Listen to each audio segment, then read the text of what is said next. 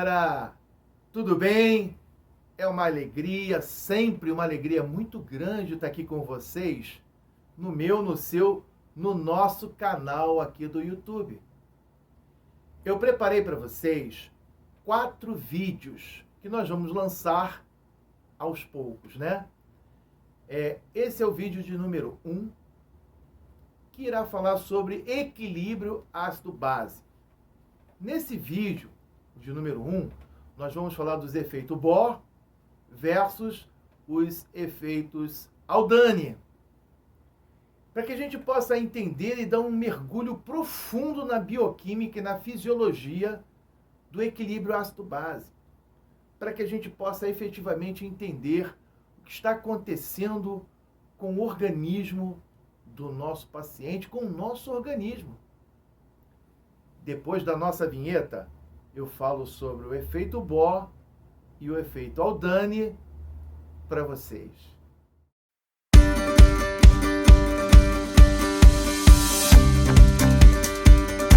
Bom, gente, antes de eu falar sobre o efeito Bohr e o efeito Haldane, eu queria falar um pouco de fisiologia para vocês. E bioquímica, claro, né? As hemácias, as hematias, elas são produzidas lá na medula óssea através da célula-tronco. A hemácia, ela perde o núcleo, transforma-se numa estrutura gelatinosa e ela será pigmentada por uma proteína portoporfirina quaternária, ou seja, 4 hélices, né? Que são as estruturas que acoplarão o ferro. Cada uma dessas subproteínas, que dá origem a cada uma das hélices quaternárias da hemoglobina, elas têm uma classificação. 2 são alfas e 2 são betas. Por quê? Para acoplar o oxigênio independente do comportamento dessa molécula. Molécula qual? Oxigênio. Eu preciso acoplar esse oxigênio, essa molécula de oxigênio, para que haja o transporte do oxigênio até o tecido ou aos tecidos, para que esse oxigênio chegue na célula, entre na célula e, através de todo o processo do piruvato, junto com o ciclo de Krebs, mais o oxigênio, que dará o metabolismo aeróbio, a produção de 36 moléculas de adenosina trifosfato, ATP. O seu produto final será a produção de ácido volátil chamado ácido carbônico. As hemácias, elas estão absurdamente pigmentadas por essas hemoglobinas. Milhares de moléculas de hemoglobina estarão pigmentadas nas hemácias, para que essa hemácia se sature, se encha de oxigênio e também de gás carbono. O gás carbônico, ele vai também se acoplar às hemoglobinas. E mais do que isso, os prótons hidrogênio também irão. Quando a hemoglobina está saturada de oxigênio, chamamos de oxihemoglobina. Quando a hemoglobina está saturada de gás carbônico, nós chamamos de carbamina hemoglobina. E quando você tem a acoplagem do próton hidrogênio na hemoglobina, nós iremos chamar de protohemoglobina. Esse transporte de oxigênio e de CO2, essa fisiologia, ela tem que estar bem clara na nossa cabeça, para que a gente possa entender por que quando a hemácia pigmentada pela hemoglobina quando ela chega lá naquele tecido que ele precisa liberar o oxigênio, por que ele libera? Quem dá esse comando? Como é que isso acontece do ponto de vista bioquímico? Para que todos os tecidos recebam oxigênio e não façam um quadro de hipoxemia. Essa é a nossa natureza, essa é a bioquímica. E mais, como pode essa hemácia liberar oxigênio e pegar o gás carbono? Ele pega lá, se enche de gás carbônico e vai carrear esse gás carbônico até o sistema ventilatório.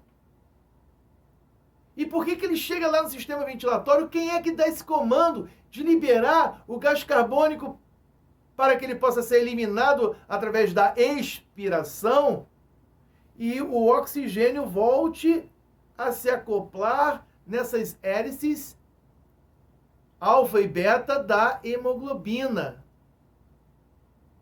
Vamos entender exatamente isso. Primeiro, o nosso pH, em média, é de 7,35 a 7,45. Porém, é muito importante dizer uma coisa para vocês. 7,35 a 45 não vai estar em todos os órgãos do nosso organismo. Em todos os sítios dos nossos órgãos, do nosso organismo, nós vamos ter variações do pH.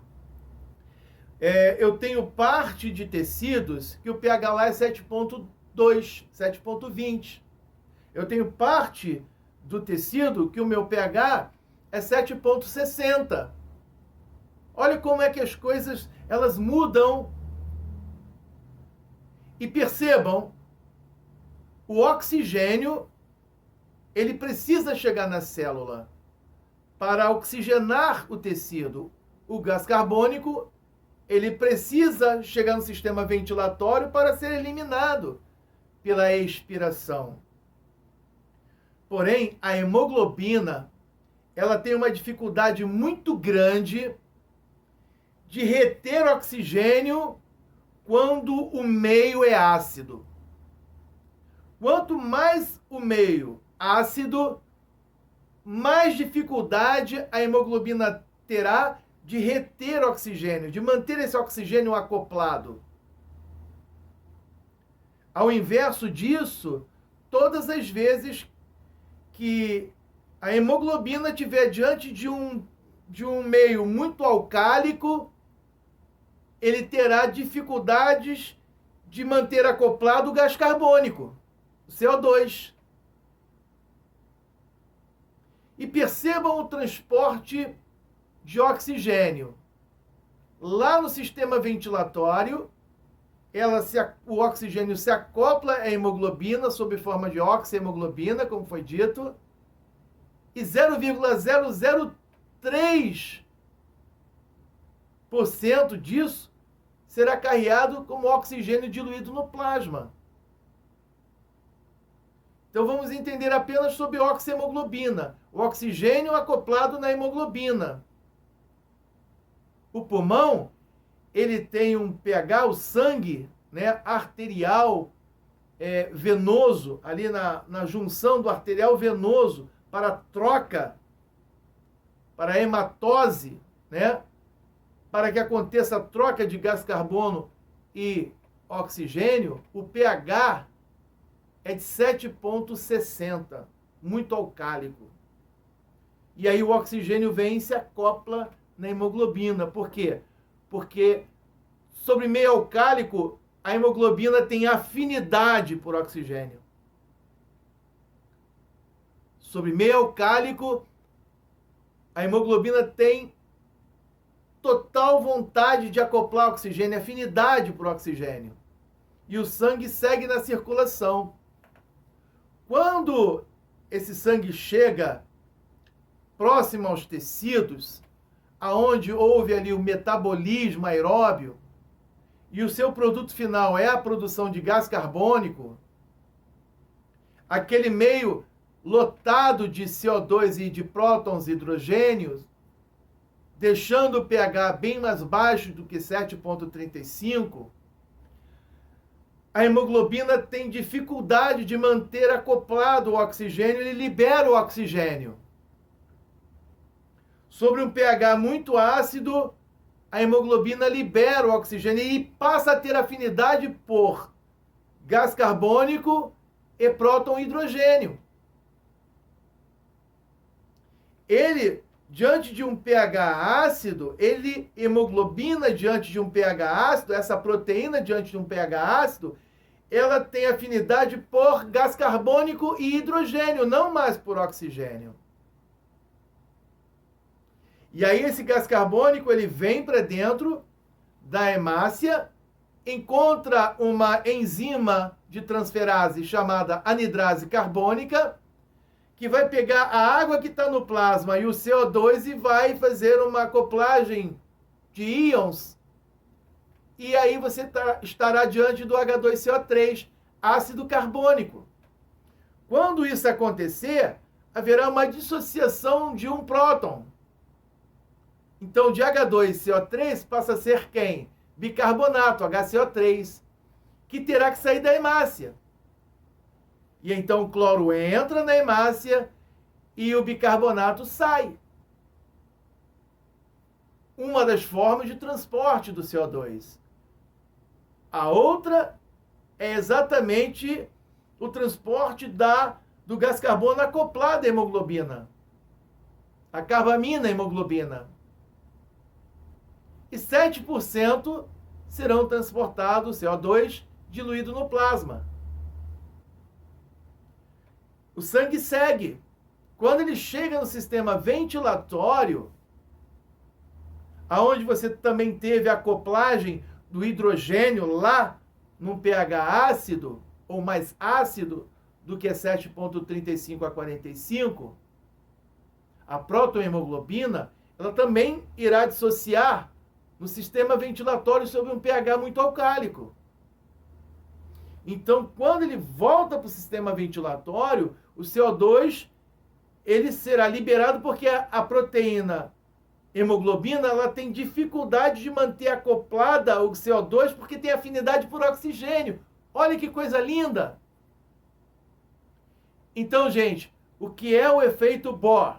O efeito Bohr é o efeito, é o momento metabólico aonde a hemoglobina tem o poder de dissociar, de liberar oxigênio para o tecido. Esse é o chamado efeito Bohr. Então, diante de um pH ácido, eu libero oxigênio. E o que é o efeito ao contrário, o efeito Aldane? O efeito Aldane é o efeito onde o metabolismo vai fazer com que a hemoglobina libere, dissocie o gás carbônico. Libere o gás carbônico e passa a ter afinidade por oxigênio. E por que isso é importante? Porque no nosso segundo vídeo eu vou falar sobre o sistema tampão, que é o nosso primeiro sistema, sistema imediato. É a nossa primeira barreira de defesa do distúrbio ácido-base. É o sistema tampão. Nós vamos estar falando disso no segundo vídeo. E percebam, se você tem um paciente com uma acidose, seja ela metabólica ou ventilatória, porque nós vamos estar falando, né, da fórmula de Harrison, do deslocamento para o momento de sua compensação do distúrbio ácido-base. Se eu tenho um paciente com pH abaixo de 7,35, o efeito Bohr vai acontecer bem antes do tecido.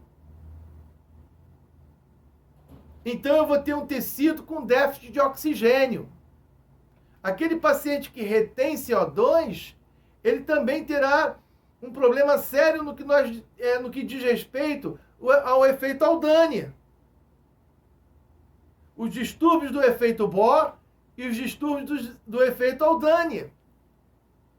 Para que a gente possa entender que no momento de se tomar uma atitude diante de um paciente com distúrbio ácido base, teremos efetivamente que conhecer essa ciência. E no nosso segundo vídeo, nós iremos falar sobre o efeito tampão. Gostaram aqui do vídeo?